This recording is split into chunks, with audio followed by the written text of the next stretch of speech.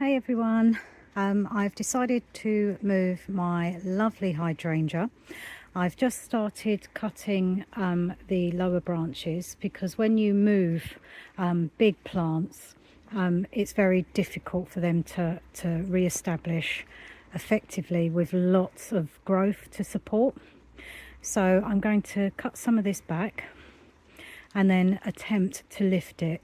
I have tried already and it's pretty much firm in the ground. So it's just started to rain, so I'm not even sure whether I'll be able to finish this project today.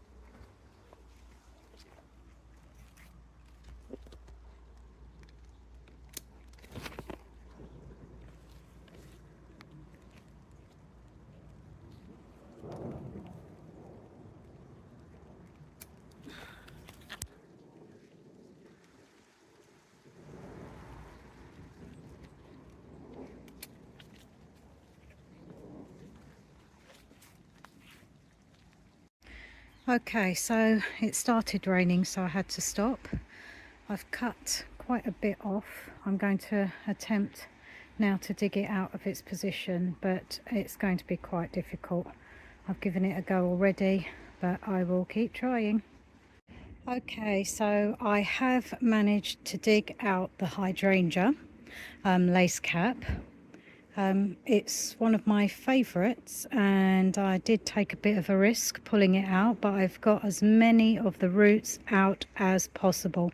Some of the bigger roots I had to cut, so I'm really hoping that it's going to make it over the winter and through to the spring. So here's the hydrangea lace cap in its new position in lovely fresh compost. It has been cut back hard. I have of course left some leaves. It'll be 50-50 whether or not it will bloom for me next summer, so fingers crossed that it will do well and see itself through the winter into the spring. I've planted a white Japanese anime there, a fern. So this fern was next to the hydrangea lace cap, and I needed to remove it in order to get traction on the hydrangea to pull that out. So I've placed that one here, and then a beautiful fatsia with the lovely variegation, and the white I think picks up beautifully with the anime there. Really lovely. And then I have a new fern here. So this one is a fern for partial shade, so at the end here it will get some sun. It is called Pennielia, and I'm not going to pronounce the second part. There we are. Okay, before I plant the fern, the new fern, I have some tigrella here, still very beautiful in bloom. Lovely. And I've got some heuchera as well, also in bloom. And I moved, I've got this stelbe here as well, which I think will look quite nice in amongst everything. So I'm going to place them out and see where I shall put them. So I'm not sure whether all of these plants are just too similar to place in this area, although I do like this front bit here. I'm not going to plant them today because it's already towards the end of the day. I'm going to leave them in that position, and then I may move them around tomorrow and then decide.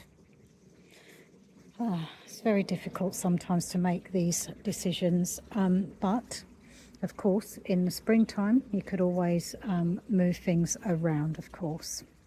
So I think I'm going to leave it for today. I hope you've enjoyed this next part of my garden plan. I hope you join me for future videos where I will continue on this lovely journey of creating new planting areas in my lovely little garden.